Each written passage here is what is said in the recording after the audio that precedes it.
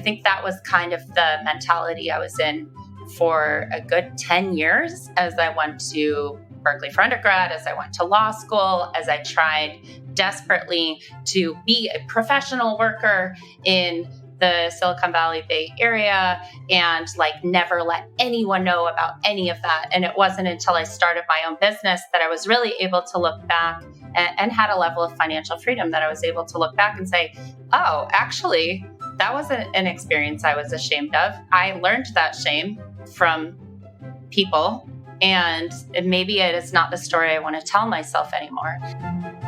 Welcome to Normalizing Non-Monogamy, the podcast where we interview incredible people from across the entire spectrum of non-monogamy to hear their fascinating stories. We strive to bring guests on the show who have a healthy approach to non-monogamy. However, it's important to remember that everyone does it a little bit differently, and the views and opinions expressed by our guests do not necessarily reflect our own. Additionally, we produce this show for entertainment purposes only. Please be aware that we aren't doctors or therapists. Consult a medical professional for anything regarding your health that you might learn about on the show. Enjoy! Welcome to episode 188. We're Finn and Emma. And first off, we hope everyone had a wonderful holiday weekend and is enjoying your summers. Today, we have a wonderful interview with Amy, and we're super excited to get this one out there. Yeah, it's a fantastic conversation. She's a ball of energy and optimism. And if this episode had a subtitle, it would probably be live your authentic self. Be your authentic self. Be unapologetically yourself. Unapologetically you. We found it. So yeah, this is fantastic. She's a former sex worker. She's an attorney. She owns 3 pole dance studios. Just basically a badass. Been exploring non-monogamy for a year with her husband. Yes, and a stable of men. Which, one thing to note about the stable of men. We clarify this at some point in the interview, but I wanted to clarify up front. We understand this is objectifying men in a way. Yes. And as she clarifies, that is no way how she treats them or really feels about them. It is more of a comical way to introduce it. So that's all I'll say on that. Yes. Listen to the intent rather than the maybe objectification. Yeah, exactly. Yeah. Anyway. So. Links to everything she talks about too. She talks about her pole dance studios. Everything is in the show notes. So please go check it out there. At normalizingnonmonogamy.com. And you can see show notes for all of our previous guests as well, which include pictures, links to anything that they've done, and anything that we've talked about resource-wise during the interview. Yes. And so we just want to say one more time, thank you, Amy, for coming on, sharing your story, and being here. Yes, thank you so much. Before we jump into her interview, we do have a couple of quick announcements. The first is we've been doing, as hopefully all of you know, virtual meet and greets every month. We're going to be taking July off, so stay tuned. We'll be announcing the next one very soon, but we will not be doing one this month in July. Too many summer activities, and we hope you all take the opportunity to get outside and spend as much time outside with your loved ones as possible. And your tolerated ones. And your tolerated ones, sure. Also, we have a couple quick dates for our Patreon group. First of all, thank you. If you are a Patreon member, we're so grateful for you. Thank you. Thank you. This community would not be what it is, obviously, without all of you, and we couldn't thank you enough. And also, a huge thank you to anybody who was a member and ended up having to cancel at any point. Again, we don't get upset about that. We're bummed to see people go, but any support and support for the community is huge. So thank you to all previous members as well. Former members. Former members, sure. But our Patreon dates for the month of July, we have a women's group call on July 20th, a men's group call on July 21st, and a Q&A on July 28th. Those dates are available on our website, normalizingnonmonogamy.com. Click on the Patreon button and you can see them all there. You can also sign up for Patreon if you're interested. We'd love to have you join us. Absolutely. And the last thing that we wanted to just throw out there was a little bit of information on STD Check. It is an affiliate partner of the show, and it is our favorite way to get tested for STIs. If you haven't used it or if you haven't heard of it, you should definitely check it out. There are links in the show notes and on our website under the resources tab and under the favorite resources tab. It's a service where you sign up online to get tested. It's a 10-panel test, or there's other various tests. But anyway, you go into a national blood lab, like LabCorp or Quest. give your blood and whatever else they need. And in a couple of days, you get texted your results, and it's all online in their portal, and it's awesome. It's affordable. It's like $130 if you use the discount code and links on our website, and it supports the show as well. So we appreciate anybody who's done that in the past. And we just want to throw out too, as well, rather than us having to talk about this all the time, if you've used the service and you would love to help support the show in a free way, go to our website and click on the Contact Us tab. Send us a voicemail. Let us know what you thought of the service. And if we can use your voicemail as a testimonial here, we'll hook you up with a free entry into a meet and greet or some other awesome swag from the show as a thank you. But also, you get to know that it felt good to help us not have to do this every week. Right. Exactly. So thank you in advance for all of the people about to go send us voicemails. We appreciate it.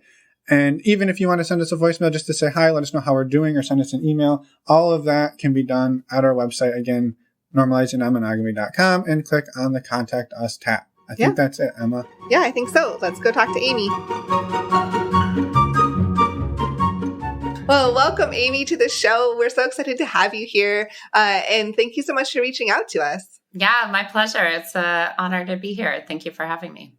Yeah, you've got a diverse background of a little bit of non-monogamy, a little bit of maybe sex work, a little bit of pole dancing, a little bit of everything. So I think it'd be great for you to introduce yourself, and then maybe we'll figure out the best place to start weaving it all together. Totally. So my name is Amy Bond. I live in Berkeley, California, and I own 3 pole dance studios out here, San Francisco Pole and Dance, Oakland Pole and Dance, and Berkeley Pole and Dance. My husband and I recently bought a house up in Portland, so we're going to I will be probably opening another studio up there in the next few months. And pole dance is my greatest passion and my greatest joy, but also not the only thing I do. I'm also an attorney. I worked in tech for 5 years. I do legal consulting for startups, and I also do pro bono law, working on asylum cases for people seeking asylum in the United States, and family law cases, specializing in domestic violence and child custody cases.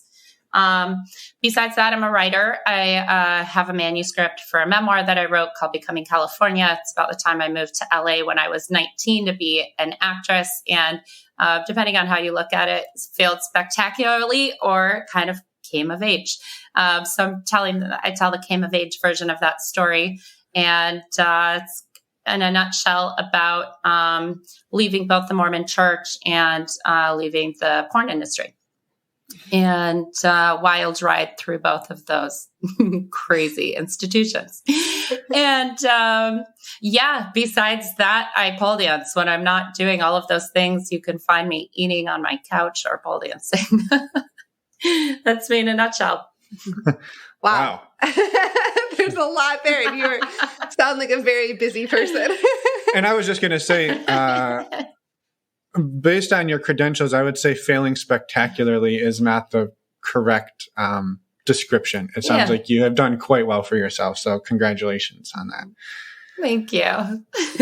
Well, maybe, I don't know, Emma, do you think go back to Mormon porn star? But before we do that, could you describe a little bit of your relationship status at the moment?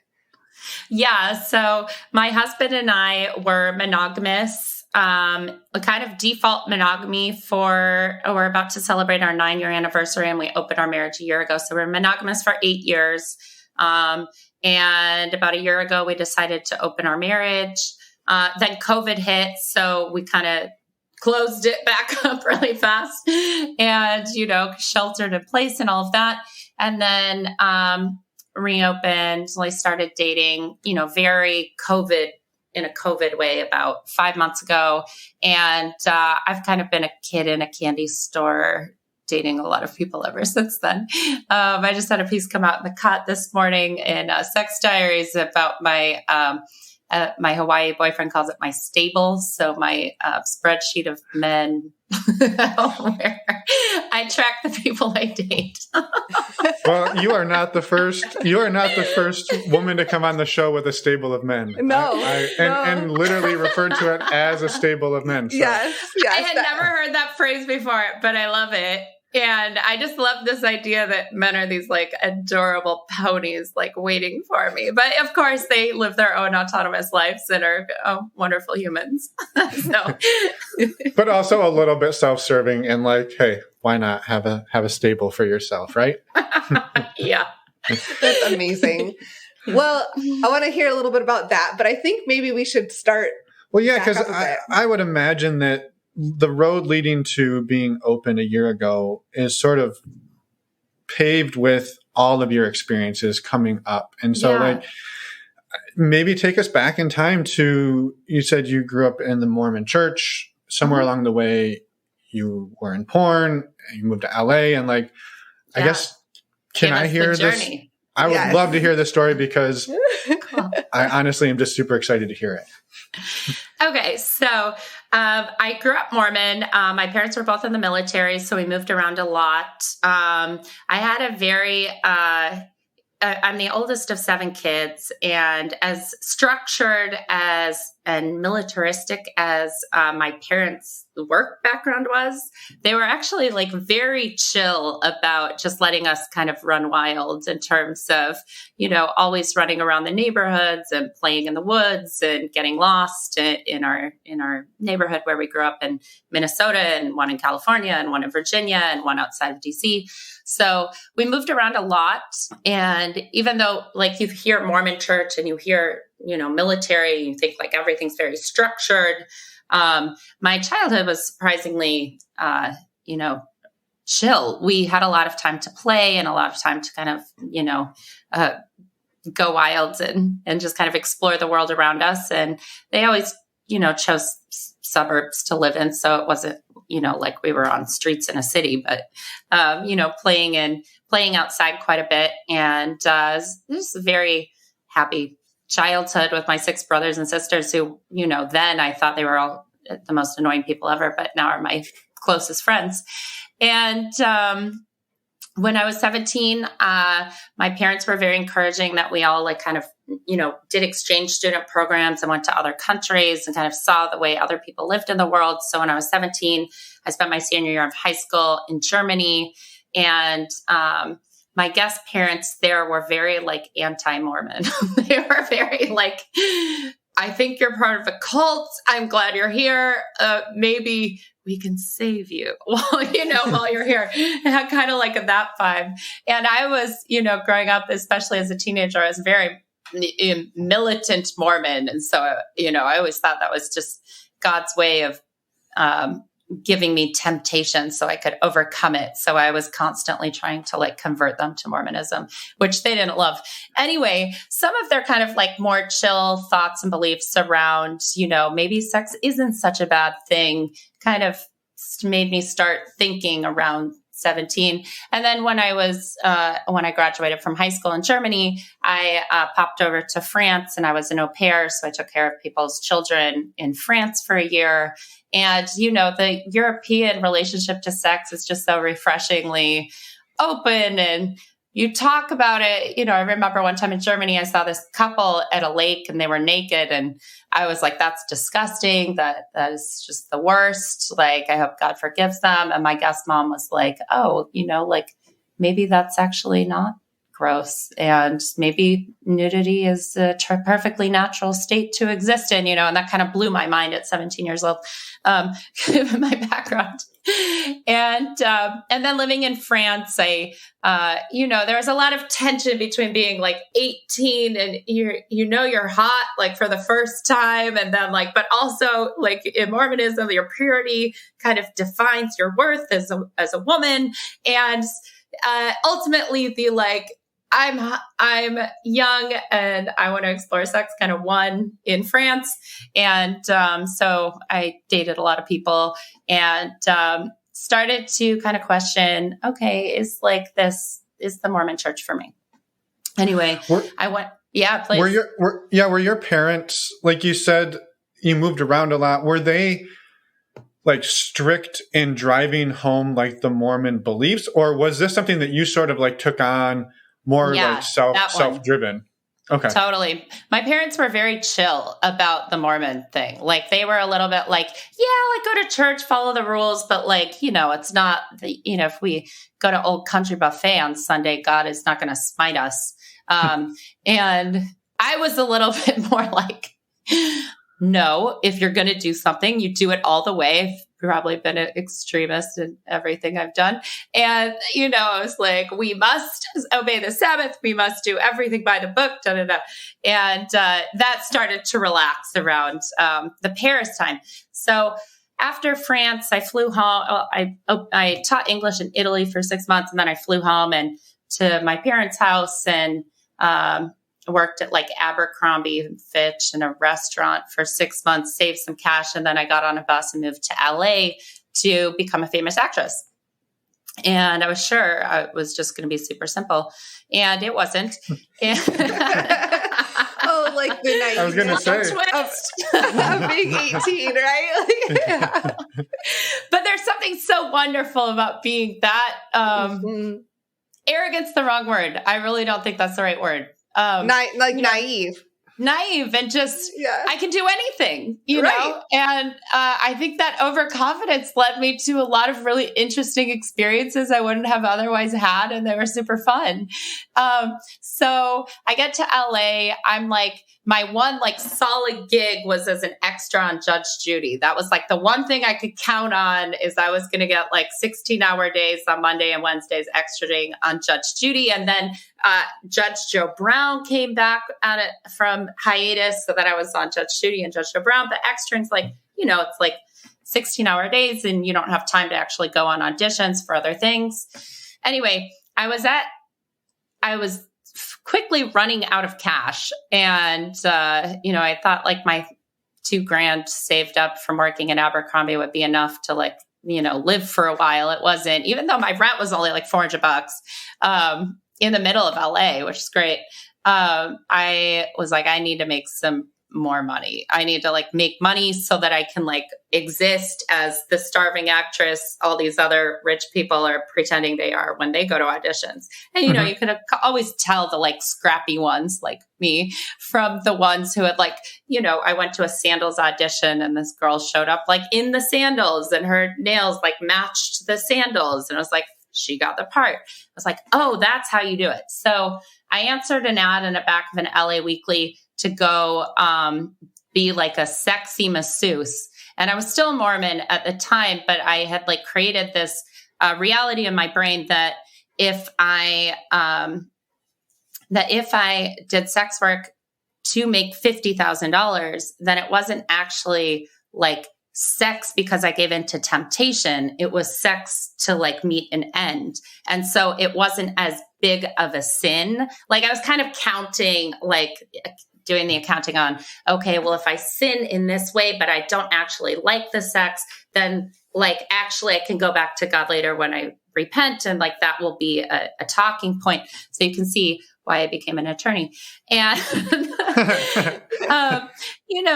I answered that ad. I was very compelled that there was like no sex. Like it literally, the ad said like no sex on it. So that was great. I was still a virgin and I could do sexy massages in the hotels and it was like $300 a pop. And then I shared that with a woman. I don't actually know her name. I just called her my girl, who was the one who booked me these people. And I made a lot of cash really fast. One of the guys who came to came to get a sexy massage, it was literally sexy massage. There actually wasn't any actual penetrative sex, was like, hey, you could make a lot of money doing nude modeling. So I was like, cool. So I started doing nude modeling. And in my head, nobody in Mormonism looked at these magazines because they were impure and it was against our religion. So obviously nobody actually looked at them, obviously. And I assume this is going to be another twist where you realize that the people who frown upon it are the ones who indulge the most. So the nude modeling led to one of the photographers saying, hey, I shoot for porn. Maybe you should try it. And I was like, well, that's like, we're really getting into like the edge, but I don't know. That sounds fun. That sounds like a very lucrative way of making even more cash. So I was still keeping my Judge Judy gig. And I was just and people would see me in the audience on those shows. Like, it was amazing how many people would recognize me from the audience as an extra of Judge Judy. So I kept that kind of to prove like, oh, I'm still the struggling actress I say I am, but also doing sexy massages at Holiday Inn Expresses across LA. And then also like nude modeling in, they call it San Fernando Valley. And then I did my first porn scene with Ed Powers. I was still a virgin, and he was amazing. Like, he was like the nicest guy ever. And it was like probably the best way to lose your virginity, I think. I hear all my friends' stories about losing their virginity. It sounds like a lot of fumbling with people who don't know what they're doing. But my experience was with somebody who was like literally an expert in having sex. And so he was very kind. And it was a great first experience. And then I was kind of off to the races, like, oh, that's it. That's all? Like, this is it. The like huge sin. I thought it just felt so whatever.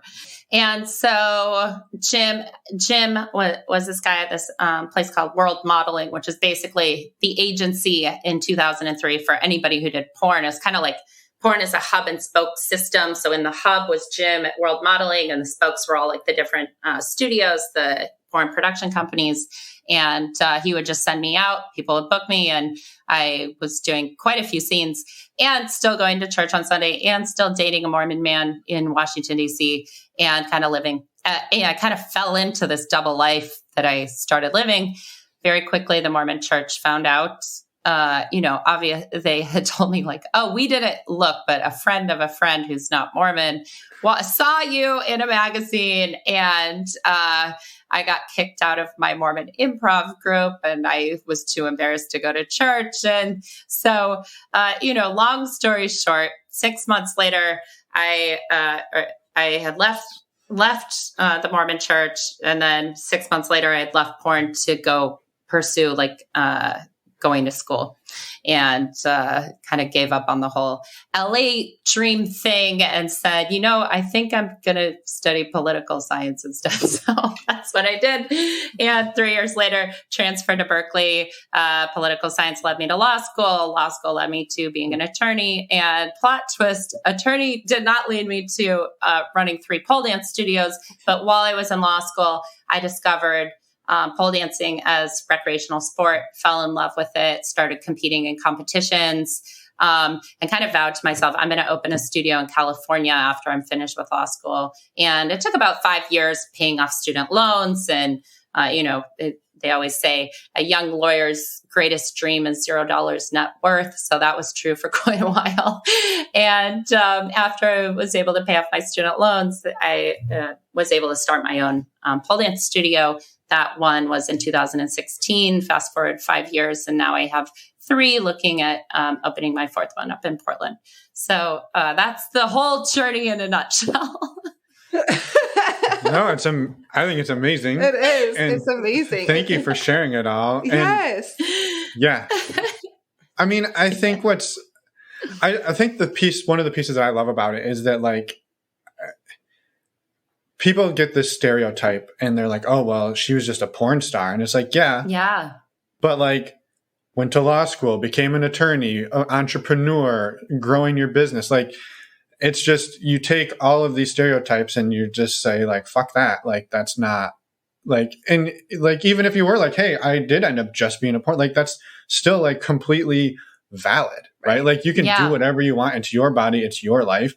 Do whatever you want, whatever's going to make you happy. And I think like, I just love hearing the journey. So thank you for sharing. Yeah, I will say, just to speak to that, I think that we still live in a world where, sex work is highly frowned upon and stigmatized, right? Yeah. Stigmatized. I mean, a lot of people who are sex workers don't have much of an online presence because they're afraid of the stalking and the harassment. And I've had those experiences and they're scary. I had one guy just last year, 20 years after I did my first porn scene, reach out through like hundreds of YouTube comments and hundreds of comments on various social media platforms, and then calling my studios, and then finding my personal phone number, saying how he got really obsessed with this idea that he was going to save me and take me to the Mormon church with the elders and help me repent.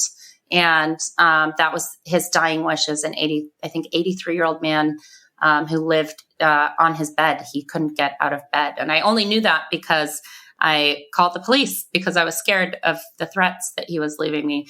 And this was 20 years after I left the industry. So you can only imagine what people who are still in the industry, who have social media presences, see every day in terms of kind of like hate mail and real stalking and things like that.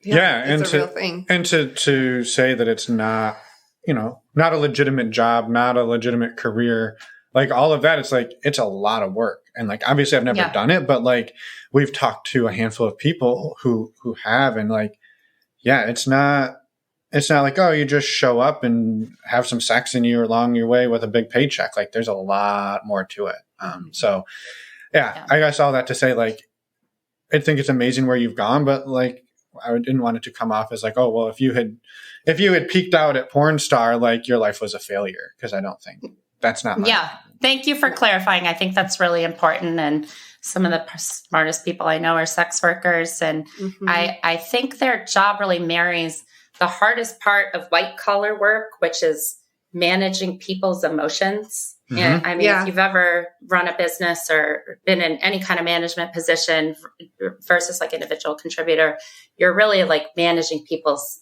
emotions, which often feel like they come out of nowhere, versus like, just being in a spreadsheet or a code base or whatever, or a contract if you're an attorney.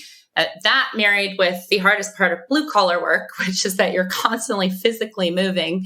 And you take the hardest of both of those jobs and you tie them together. And that's often what sex work is. So it is really hard work, and it is important work that changes people's lives. Yeah, totally agree. And thank you for building that a little bit. Appreciate that. Yeah, thank you so much for sharing all of that as well. I'm curious, along the way, did you ever hear, like, did you know about other relationship styles, non-monogamy, or when, I guess, in your life did that come in? I mean, in porn, it kind of just felt like, to me, the whole world just felt like this is pretend. And so I would like open the door. I always thought of the door as like the place where the 405 meets the 101 in LA. Like now I was leaving real life once I got off the 405 and onto the 101. And the 101 led to my pretend world, which was performance based in the sense that we were performing scenes in sex work and in porn movies. But I met a lot of people, obviously, in sex work who were married, and some of them were monogamous except for the scenes that they did. And some of and this was more often the case, many of them were like, I just love sex with lots of people. And that's the life I want to live. And so maybe they had a primary partner, but they had sex with lots of other people, both recreationally and on camera. And often those two worlds kind of bled into each other for a lot of people. For me, sex was work, and that was it. And there was no sex in the real life, which was back on the 405. And you did, just to interrupt you, you did have you said at one point you had a partner in Washington, D.C. as well. Yeah. So when I left the Mormon church, before I left the Mormon church, before I got kicked out of improv, he found out. And so that kind of ended that. Yeah. I see. So he didn't help. Yeah. I was going to say, he didn't feel that, when you got off the 405, the sex didn't count any longer, I guess. Yeah. He didn't feel that way. What a prude. I don't know. I think you're better off without him, Amy. Well, to be fair, I was lying to him. So I want to be clear. He was right in this situation, but maybe not right about the sex work piece specifically. I completely agree. I agree that the deception was probably not ideal. It makes sense that relationship didn't work out. Fair. But yeah, yeah, all that to say, I had been exposed to it, but by the time I left porn and left sex work, it still felt like there's this line in the last episode of the first season of Mad Men where Don Draper says to Peggy, you'll be shocked at how, he says, you have to move on with your life. You'll be shocked at how this never happened, or something like that. And I think that was kind of the mentality I was in for a good 10 years as I went to Berkeley for undergrad, as I went to law school, as I tried desperately to be a professional worker in the Silicon Valley Bay Area and like never let anyone know about any of that. And it wasn't until I started my own business that I was really able to look back and had a level of financial freedom that I was able to look back and say, oh, actually, that wasn't an experience I was ashamed of. I learned that shame from people, and maybe it is not the story I want to tell myself anymore. But it was very much that this, you won't believe how much this never happened, for a very long time before I was able to reassess, write my memoir, and dig into, okay, what was that experience that I kind of had locked into a box for a really long time, for over a decade. Mm-hmm. Yeah.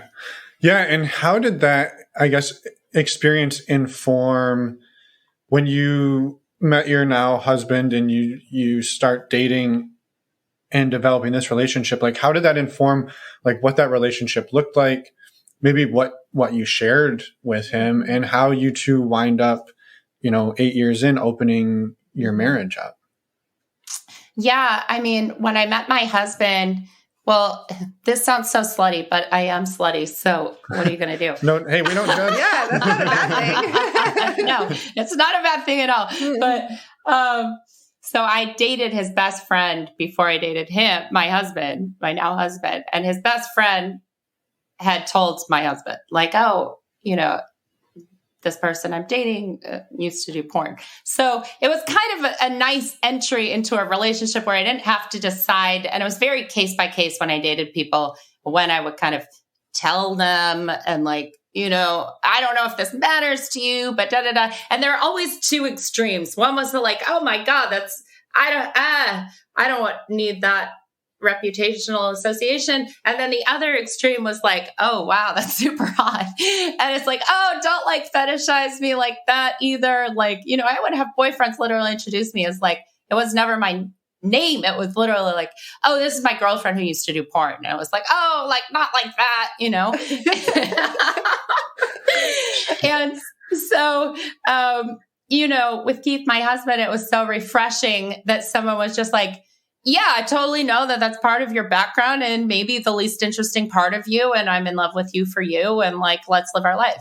So he was always very like, yeah, that was an experience you lived through. And I'm going to follow your lead on how you feel about it and how you talk about it and whether you talk about it. And so probably that entry point made it a little bit easier to navigate too. Yeah, totally. So you covered that he kind of knew about that at the beginning. How did your relationship progress over the last years to lead to opening it up the last year?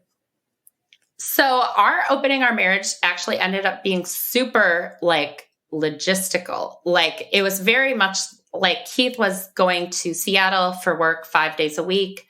I was here building my businesses here in the Bay Area, building my businesses during that time. We would see each other on the weekends, but the weekends are when I worked.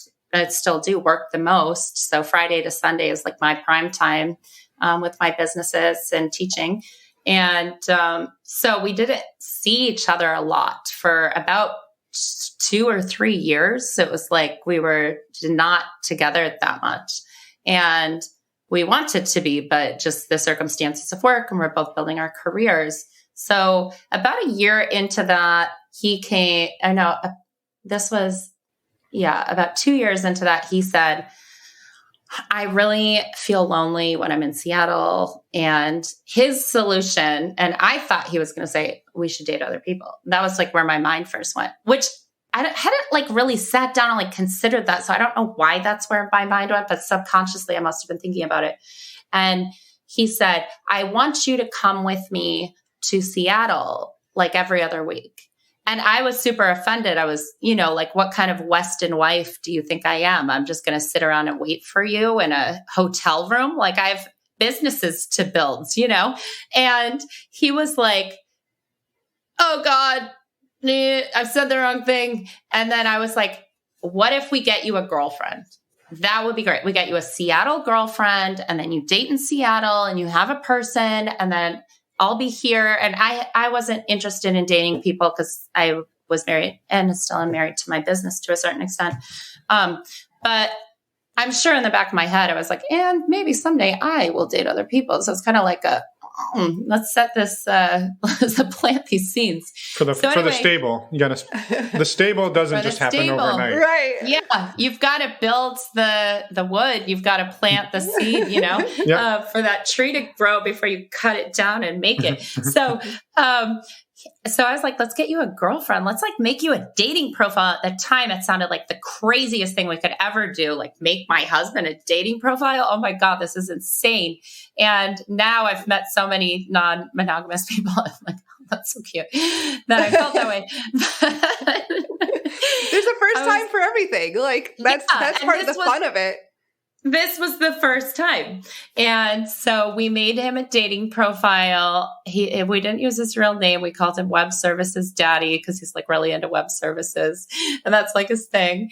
And and then all these women in Seattle, like it was like this flood of women were like, Keith, I want your bond. And so he went on dates with many of them. We didn't do the thing that all of the ethical non-monogamy books say you're supposed to do, which is we didn't set boundaries or like have conversations about like, how will this go if X happens? So he had sex with a woman like after he met her. And in my mind, before the sex happened, he was like going to come tell me like, hey, I think I might want to have sex with this person, which in retrospect sounds like kind of, well, how do you like break the heat of the moment, Amy? Like, it sounds so puritanical to me now, but, I was like very annoyed. I was like, no, we're shutting this down. I feel weird. You never told me you were going to like have sex on a first date. I don't even know this person. Obviously there were condoms, but I was just like, false start. And then COVID hit. So it's just like, shut it down. We're just shutting this down. Then fast forward 6 months into COVID, everybody's sitting in their house. I said, I think it would be really fun to make dating profiles. Let's date people. And my businesses were closed and it was September and COVID. And so it wasn't like, let's like have sex with as many people as possible. It was like, let's date people like in a socially distanced way. I went on like so many hikes distanced with masks. And so we did like a very careful, like dipping our toe into the water kind of COVID dating thing. And now that things are vaccinated and things are opening back up, that's obviously quite different, but it was very like one-on-one, very slow. So that was the start. That was how we started. So I'm curious though, like Keith was like, hey, I'd love you to come to Seattle with me. You're like, hey, how about we just get you a girlfriend instead? Like that's a big, those two are not on the same like end of the spectrum of like ways we solve this problem. How did he react when you were like, I'm not coming with you, but let's get you a dating profile so you can hook up with somebody else while you're there? I mean, I try not to be gendered about these things, but I assume, and I've never had this experience with a woman, but I assume suggesting that to a man may be a little bit easier than suggesting it to a woman. So I said, we should have you date other women. And his eyes were like, really? Like, okay. Fair and enough. so it was quite easy. There was not a lot of, let me think about this. I'm not sure. It was like, oh, really? And then we got out his phone and we made him a dating profile. Like literally like in 5 minutes, it was like, we are making this dating profile. And so there wasn't a lot of, let's like consider it for a while first. It was very quick. Do you think there was any regret then when he like did it and you got a little bit pissed off and like shut it down? He was like, this is not what I was expecting. Like you were gung ho and now we're like backtracking. Like yeah, that's like. Yeah, I think it was more a wake up call to, hey, maybe we ran to this too quickly. We should step back, consider, like, read the books, like, do the research, prepare, like, figure out where other people have, like, made a misstep, do that kind of work, set some boundaries, which, by the way, we did all that and we set boundaries and then we kind of, like, immediately broke all of them. So, but we knew kind of what to expect going into it. And we had read that a lot of other people said, like, we set these boundaries and then we break all of them. So that was, it sounds like that's pretty common. What did that look like in reality? Right. Like, what did those boundaries look like? And then how did you wind up breaking them? Because I think, like, saying it flippantly, like, not that it didn't happen, but, like, people are just like, well, then why the fuck even make the boundaries? But, like, there is some logic there. And maybe I'd love to hear your opinion on it. Yeah, like, I think the thinking things through thing, like, as an attorney, when I'm preparing a case, I have a contingency plan for any outcome. So if this happens, I'm going to do X. If this happens, I'm going to do Y. If this happens, I'm going to do Z. And just knowing the potential outcomes and, like, anytime you add more than 2 people, it becomes exponentially more complicated. And that's just true because of how many different relationships are involved. Now, it's not one relationship between 2 people. It's 1, 2, 3 relationships between 3 people. And so, and then more people and more people. So one of our rules was that we would only date one-on-one. We weren't, like, looking for, like, a unicorn situation, or, like, to, like, message somebody like they were, like, a little toy or something. But, like, together it was like, you date alone, I date alone, and we don't meet each other's people. And then another rule was that we would not have sex in our house. We would, like, meet people other places. But then, like, I met all these men who were, like, really cool, nice, emotionally intelligent, interesting, successful, professionally successful, on, like, an emotional level, people who I'm like, God, you and my husband would really get along. And so, then my husband was dating this woman, Addie, and I was dating this man, Matthew. And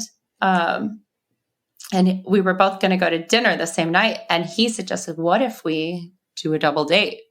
And this was like 5 months ago. And I was like, oh my God, that's so insane. That's crazy. And so fun. What a fun thing. And what a weird thing. Maybe we'd do a double date with, like, our people and they, like, meet each other. And I, like, even texted the guy I was dating, Matthew. I was like, I know this sounds crazy, but what if we go on a date together with my husband and his girlfriend? And he'd been in ethical non-monogamy much longer than me. So I was like, yeah, cool. Then I was like, really?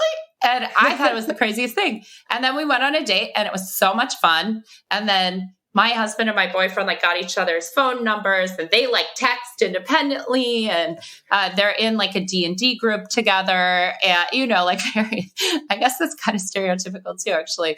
But yeah, like, they became really good friends. And I became really good friends with his girlfriend. And then we were like, actually, the fact that we like these other people is probably an indicator that the other one of us would like these people. So why hide them from each other, And then, like, not having sex in our house thing became kind of, like, laborious. Like, well, why are we getting hotel rooms? Like, what if we just go to our house, So, like, on a very practical level, kind of broke down. Yeah, I mean, especially if your boyfriend's over playing D&D with your husband, you might as well. Like, you don't want to have to leave. Yeah.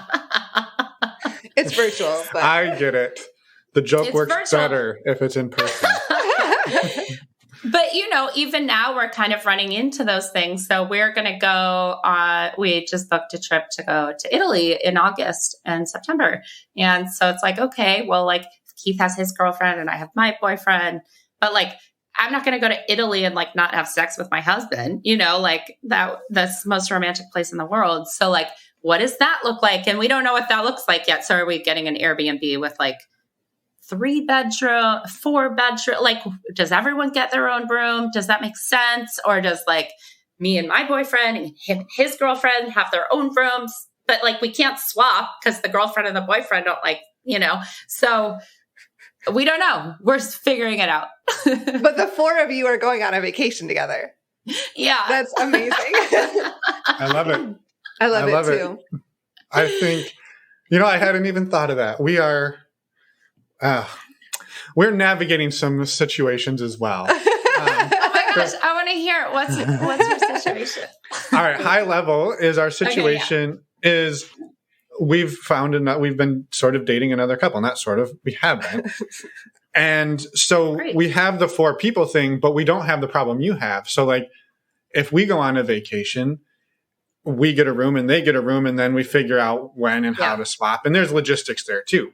But like, your logistics are different. And I would have thought we were both sitting back being like, well, this would be easier if they weren't together, but maybe it wouldn't be. We haven't said that. We've thought it. I've thought it. We have said it. That's baloney. I guess maybe. We've been like, well, this would be less quote unquote complicated if like each one of them were independent, because there's just less dynamic overlap. Yeah. So it's just very interesting to hear like all of the different ways that this works. And then you what do you think? Should we which room should we plan in advance? Like, hey Keith, Tuesday, Thursday, Sunday, I'm sleeping in your bed. It feels very Sister Wives at this point. I don't know why. My husband doesn't think it's weird at all. I think it's a little, well, we should think about this. We should plan it. Well, how do your other partners, and now we're just having a straight up conversation about how the hell to do this. So I love it. Do the other people, like, if you, let's say, here's what I thought. You get a place with 3 rooms.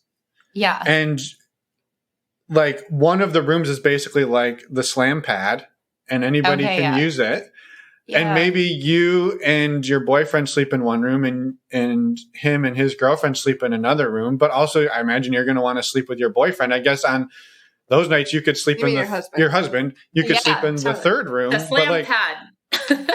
Right. But are the other partners cool if like sleeping on their own for a night or two on the trip? Like, I don't know how independent they are. I think they're waiting for us to be like, here's what we've decided. We're like, because we're still in like the primary couple thing, which like, I'm not sure long term it's going to be like so hierarchical, but I don't believe in hierarchy. Like, I'm not a king, and there's peasants or something. Like, even like sleeping with my husband in like the room upstairs, and then when my boyfriend visits, he sleeps downstairs, feels kind of weird to me, to be honest. Like, it feels like a flow chart of management, and I don't love that. But that's where we are right now. We have like our primary relationship is each other. And so I think they're a little bit like, hey, you guys tell us what you want, and we don't really know yet. So I think we're figuring it out. I like the slam pad idea, though. I think you need at least 3 bedrooms. I think fewer than that would be really tough. I mean, the other option is, like you said, you just go 4 bedrooms. Each one of you essentially has your own space, and you can have sleepovers in whatever configuration you want. And who knows, maybe one of them or one of you meets some 5th party on the trip, and now you have a space that you can do that. I don't know. I like it. It starts to get more expensive, but I like it. I would say the added expense might be worth it in the save stress levels. Stress and drama, I think that's right. I think that's right. So I will report back. Plus, if you have a spare room, I mean, Emma and I love Italy. We've never been to Italy. But we could go. Oh my God. You guys have got to come. Do you play D&D? I could get on board if it means I'm coming to Italy. Everyone in this group plays D&D except for me, so they would be overjoyed to have more people. I love games, so I can be persuaded into just about any gaming adventure. Nice. Yeah. So. I'm going to take us on a different route. You're going to get us back on track, or are we getting off track even further? No, we can get off. Well, it's kind of off track. Well, no, it's on track. I was curious. So you said for a few years, you and your husband were apart a lot. With COVID, was he back in, were you guys living together again, like sheltering in place together for that time? Yeah. And if so, like, do you think going through that experience together, like, push you to want to date other people more? Or do you think it impacted your choosing to open your relationship again at any way? Yeah, it kind of felt like we just became one person for a while. Like, it was so fun. We watched every episode of Friends, and we finished each other's sentences before, but like, you didn't even need to talk. I just say a sentence. Like, it was like we had merged so much into like this one entity that it was like, Esther Perel talks about this a lot in her book, Mating in Captivity. Like, the essential problem or like challenge is that like, in order to feel like really excited about sex, you need there to be this like element of danger and uncertainty, but like we seek security through marriage. So like, how do we like make those two things work together? And especially COVID, you like really amplify the like safety and security in each other because the world is so risky right now. And so like, okay, all we've got is security and safety, and there's no uncertainty because we are going to be here all day long. And we will, like, every day was like, wake up, walk, get a coffee, go into our offices, which are like, he's like right there, like literally right outside this door, and in his own headphones, and then eat lunch together, and then go back to our offices, and then watch Friends, eat dinner. And it's like, are you super excited about sex at that point? Like, I've seen you all day, like, yep. So I think probably, yeah. Like, it wasn't that I like I've met a lot of people who are like, oh my God, I can't stand my person. It wasn't like that. Like, it wasn't like COVID amplified anything like that. It was just that it was like, okay, we are now one entity, and we need to disentangle a little bit and live our own lives so that we can come back together a little bit more autonomously. 1,000%. Yeah. Cause there's no element of mystery. Like, right. What are you going to talk about? Like, well, what did you do today? Well, you know what I did. Like, for us, literally, we like, together. literally Emma's desk is right here. I can touch it. We work within 3 feet of each other. So it's not like I'm being like, well, what did you do today? Well, I know what you did today. I watched you do it for the last 12 hours. And so like, totally. We have to find other things to talk about. And I would just say one of the things we started doing during COVID is we would both go for walks in the morning, but we'd walk out the door and we'd go different directions down the street. And so we were actively like, you do this, I do that. And what was actually really frustrating about COVID for us is before in 2018 and 2019, we backpacked in South America for just about a year. So for almost a year straight, we spent 24 hours a day together. Mm-hmm. And when we moved to California, we said like, we need to find some individuality. So Emma joined some different like organizations, and I joined a couple, and we were like 3 weeks into this, and we were like feeling great about it. And then boom, everything shut down, and we were like, damn it. Back to spending every single day, so every moment together. We were well versed in how to do it, but we did not want to fucking do it because that's what we had just done for the last 11 months. And we were but I do say that traveling together for a year prepared us for COVID. Without a doubt. But I think can you say that one more time? I missed it. The Wi-Fi went out. I was just going to say, the traveling for a year definitely prepared us for COVID, but it doesn't mean that we wanted to do it. Yeah.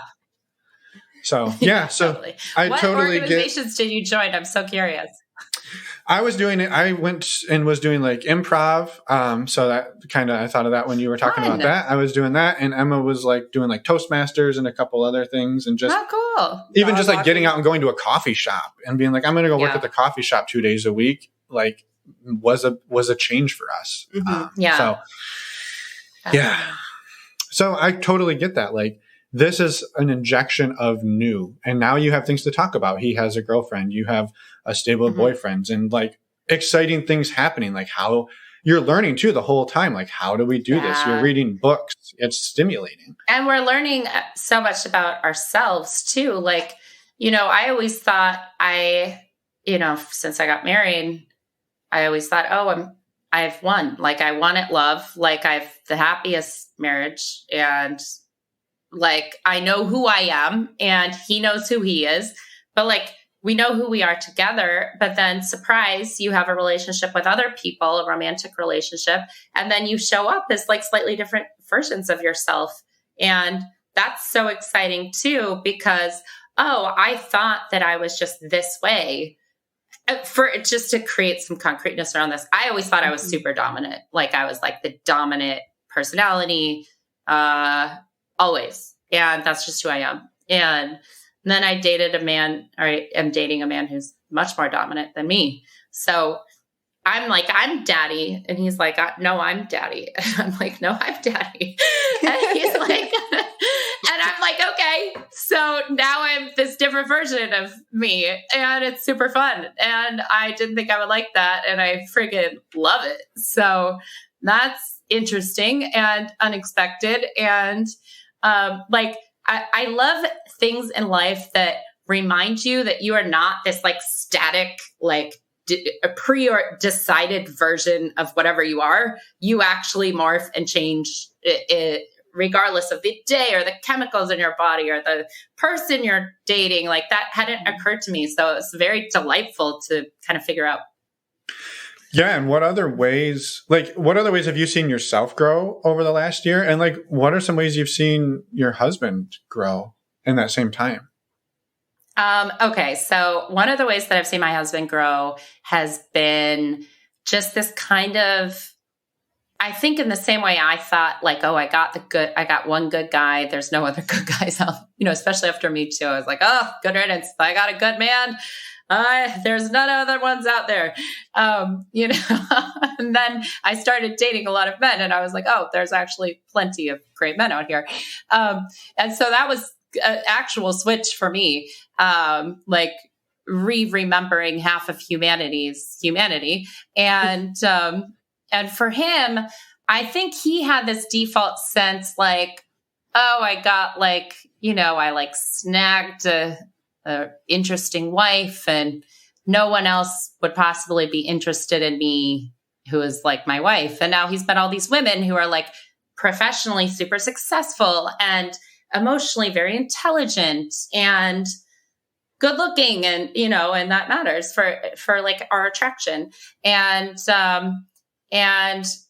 I think it's been not only like a confidence booster, but like has reminded him of just like how big the world is and how many people there are out there and how many relationships there are to be had. And he dates less people than I do, but he still has, somebody recently called it his harem of babes. He has 3 women he's dating besides me. And they're all like fascinating people with a very rich individual lives. And I'm not sure he knew that access is such a weird word to use for this, but I'm not sure he thought he could have relationships with those people. So yeah, it's been great to see him kind of flourish under kind of the sun of other people's love too, Yeah. Yeah, totally. That makes a lot of sense. Do you think moving forward, I guess, do you see anything changing in your relationship dynamic moving forward? Yeah, I definitely think the answer is yes. But mainly the way we've been open in our marriage has been until very recently pretty COVID specific. Like, you're very careful and you get tested for not only STDs, but also let's throw a COVID test in there before you like meet in person and like touch each other. And that was like kind of the state we were doing things until very recently. And now we're vaxxed and like other people are getting vaxxed and or are vaccinated. And so now it's like, oh, we don't have to be so like meet for a hike and like keep distance. So that part is different, and seeing what like the real world without COVID on it looks like has been really interesting and very nice. I am so tired of hiking Strawberry Creek in Berkley. So I know that creek like no other. And so that's fun. But also, yeah, I talked a little bit about like the hierarchical piece before. And if you've ever read the book Polysecure, there's like this graph, I think in the first chapter, where it's like a grid, and then there's like monogami's over here, and then it trickles into these versions of openness that come down over here, which is like kitchen table poly / relationship anarchy. I'm not sure I'm an anarchist, mainly because I have 10 years of history with Keith that I just don't have with other people. And we call each other ground zero because we're literally like, one time I was counting the like, okay, I'm dating this person, I'm dating this person, I'm dating this person to my Hawaii boyfriend. And he was like, oh, well, you forgot Keith. And I was like, yeah, but he's just like zero. He's like ground zero. And, we share a bank account and we have both of our names are on the same cars and the same mortgages. And like, you can't do that with like 10 people, can you? Or maybe you can, but it seems messy in an unnecessary way. But I love the idea of like my boyfriend and my husband live in the same house and we all hang out. That would be super fun.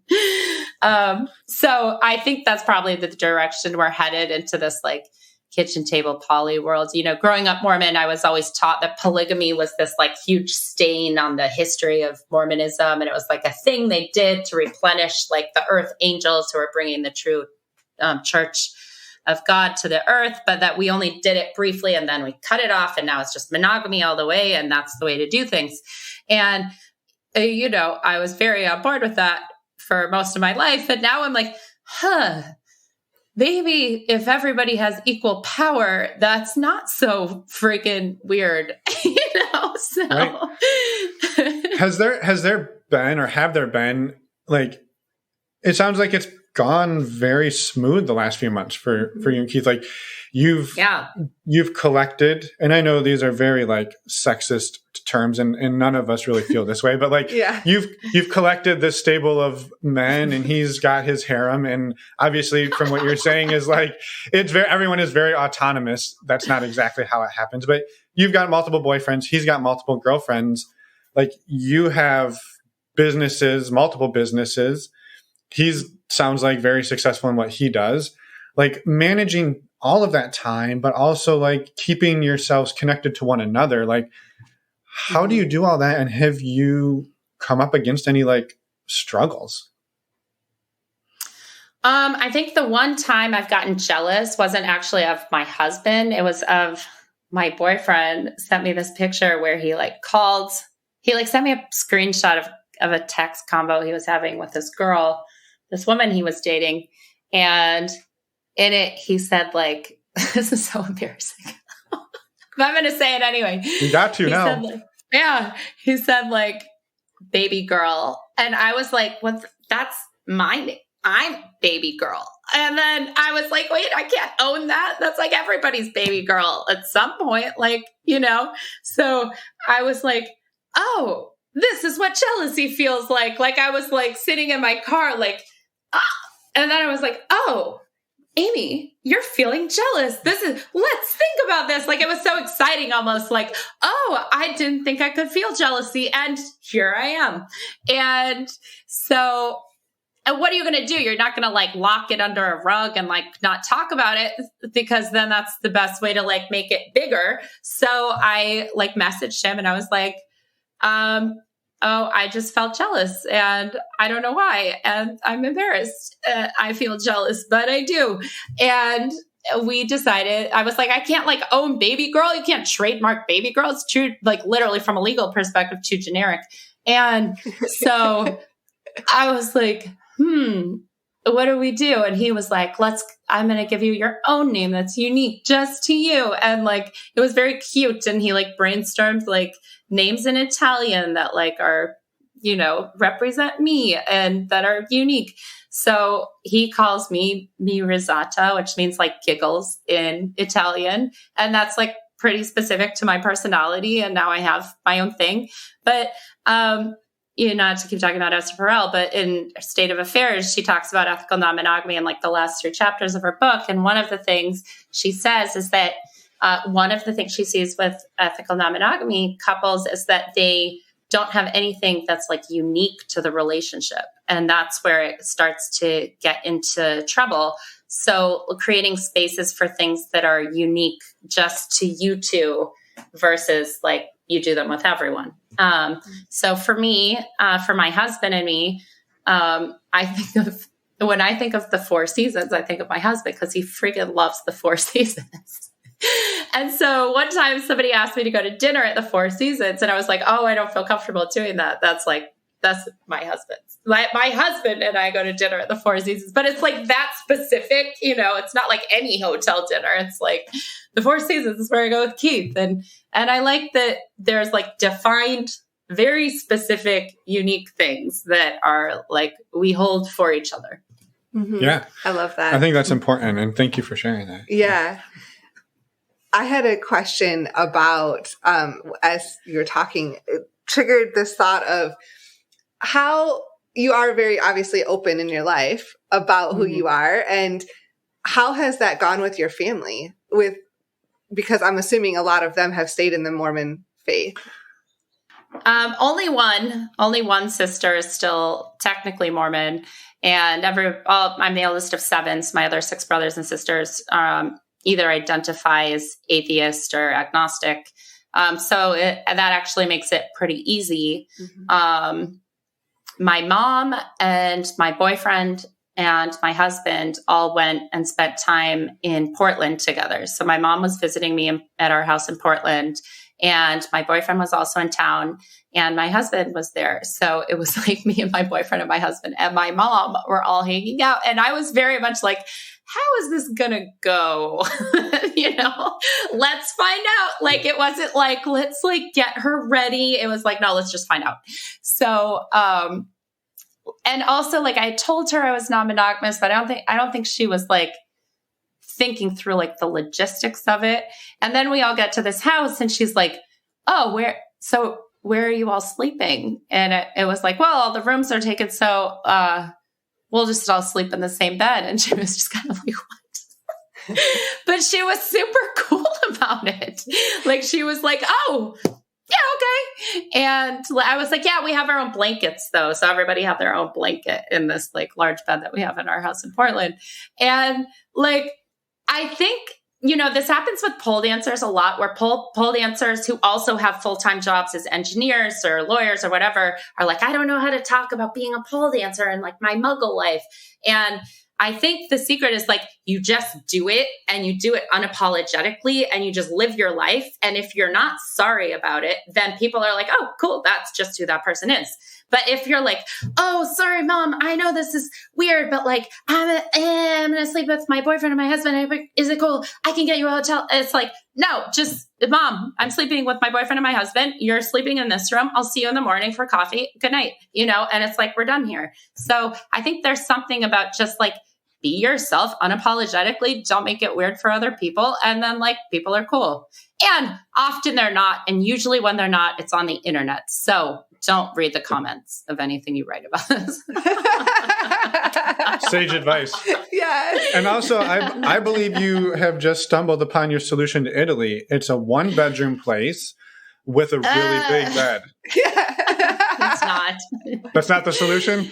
Damn it. I thought I was there. It's not. Yeah. So maybe along the lines of cramming everybody into the same bed, do you have, in the last 6 months, year that you've been doing this, any hilarious bloopers that have come up, either for yourself, for Keith, just the two of you, in navigating this wild non-monogamy that we're doing? I mean, this is just such a weird story.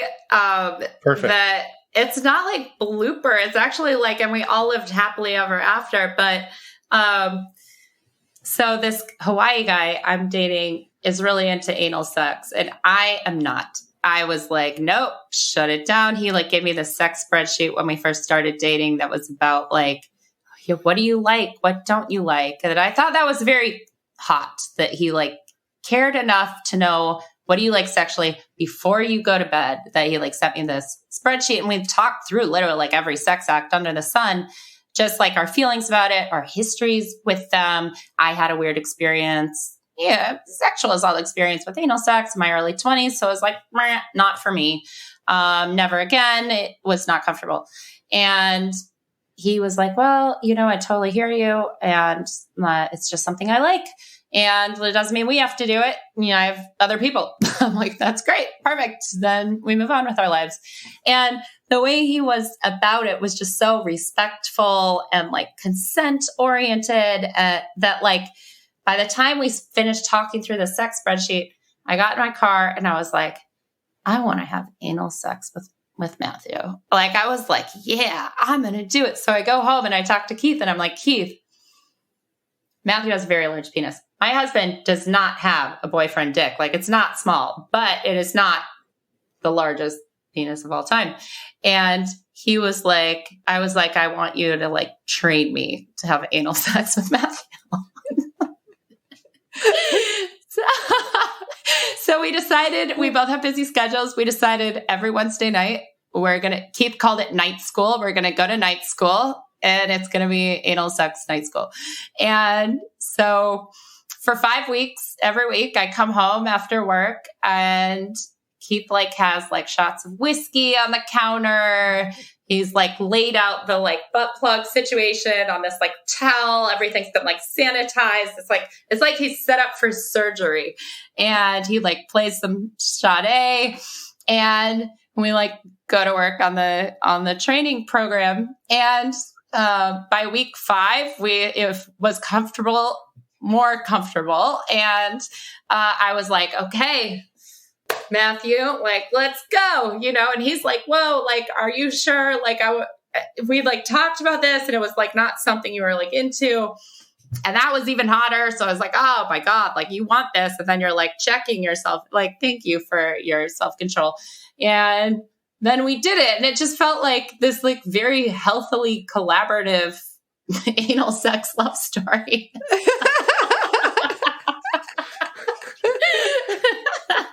I mean, the teamwork in the community building. I love it. Yeah, that's amazing. That's amazing. Yeah. So kind of a weird story. Yeah, like it demonstrates how like when you want to be a team and people love each other and care about each other, like why not? Like that's awesome. Yeah. Like Keith was like, if you want this thing with this person, I'm going to help you get it. It was like, it wasn't like, ooh, I don't know. Let me like think about it. It was like, I had just said, let's go skiing in the Alps. He was like, oh, let's go. Let's plan it now. I'll go to Good Vibrations. Wednesday calendar invite. Like we were so good to go. It was just so cute. I think that's awesome. Mm-hmm. I'm impressed by your willingness to go for it. And I think this speaks a lot to the way your boyfriend rolled it out. Like, yeah. Like him rolling something like that out in the way he did changed you from a like, no, thank you to like, yeah, let's do this. And I'm going to work at it for 5 weeks to make it happen. Like, I think that level, like that says a lot about like what that level of consent and transparency and talking about this does. Like if you want something like that to happen, then like this is the way to approach it, I'd say. Yeah. So thank you for sharing that story, which is hilarious and packed full of wisdom. It's amazing. It's like an Oreo. Yeah. So dirty and I love it. Well, we want to. Oh, you go ahead. We wanted to give you a chance to plug anything you wanted to plug and talk too about. Soon with the plug joke. I know. Too soon talking about plugs.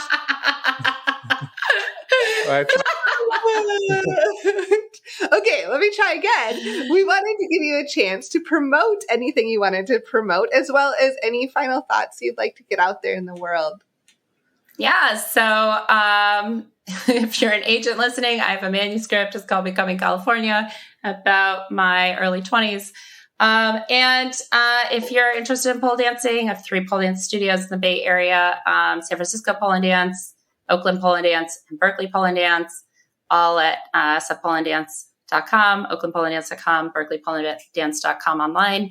And that's it. That's it. Well, links to all of that and ways to reach out to you will be in the show notes. And was there any final words of wisdom that you wanted to impart upon the greater normalizing non-monogamy community? No, I just think this is such a great podcast to share information. It seems like there's not a lot of information about getting started in ethical non-monogamy, even while I'm talking to so many people who are like, I think I'm interested in opening my relationship, and I'm not quite sure how to do it. And I have those conversations mainly through Instagram stories, like all the time. And so I love your guys' work, and I think it's really valuable to the world at large. Thank you. Thank you so much. And thanks for all the work you do as well. Like the pro bono work you said you do is incredible. And so thank you for that. Thanks. There's not enough of that in the world. So appreciate that and appreciate you being here, and have a fantastic, I think it's still morning on your end. Yes. So have a fantastic rest of your morning, and we will be in touch. Yeah, thank you so Awesome, much. guys. Have a great rest of your day. Thanks for having me. And we're back. Thank you so much, Amy, for reaching out, coming on the show, sharing your story. We're so excited to get your story out there, and we couldn't thank you enough for coming on and having such a fun and vulnerable and open conversation with us. Yeah, it was a hoot. I had a blast, and I hope you did as well. So always welcome back on the show, and thank you again, as Emma said. Yeah, fun. I don't know. I had fun with that one. I did too. And good luck on your trip to Italy. Yes. Hopefully that's all. Hopefully the bed sleeping situation has been sorted. We're excited to hear any updates on that. Yeah. So again, everybody, Amy runs multiple pole dance studios and is an all-around badass. Go check out all of her work in the show notes on our website, or in just clicking your podcast player. It'll take you directly there. And yeah, thank you for doing that. Before we let you go, we just want to do a quick reminder. We do have our Patreon community, and we love everyone in that community. We thank you all for being part of it. It is an amazing, collaborative, supportive, just badass community. And we are so grateful for every one of you. Yeah, so if you're looking for community around the whole non-monogamy thing, even if you're not non-monogamous yourself, but you're just interested in it or looking for support, definitely check it out. It's a couple bucks a month, and you can cancel anytime, and we would love to have you join us. Yeah, we have monthly Q&As, we have men's groups, women's groups, and we also have an ongoing MeWe chat. If you don't know what MeWe is, you'll figure it out. It's just a online chat platform that is great to all talk to each other. So go check it out on our website, normalizingnonmonogamy.com. Click on the Patreon button. And also, just a heads up, our calls for this month, the women's group call is on the 20th of July. The men's group call is the 21st. And the Q&A is on the 28th. So go check those out, and we'd love to see you there. And next week, you wouldn't believe it, we've got another interview. Yes, surprise, surprise. Super awesome one, as usual, with Bree. You may remember the name Bree from episode 181 when we talked to Ryan. Bree is one of Ryan's partners and came on the show to talk about all things awesomeness. Yes. Fantastic conversation. So we're super excited about that one, and that will be out in a week. And until then, have a fantastic rest of your week and weekend, and we'll see you in a week. Bye, everyone. Thanks for listening.